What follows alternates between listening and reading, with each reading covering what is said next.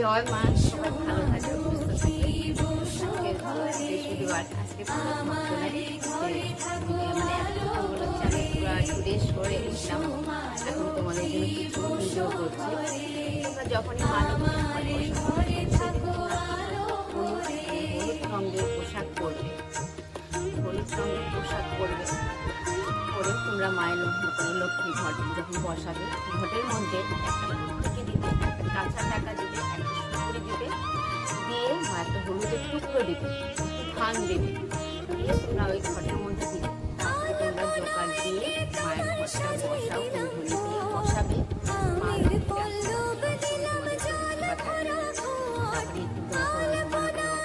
ফুল যখন চাল নেবে, চাল বলো অবশ্যই দিবে, চাল বলো। জয় শিব সঙ্গে থাকবে আমাদের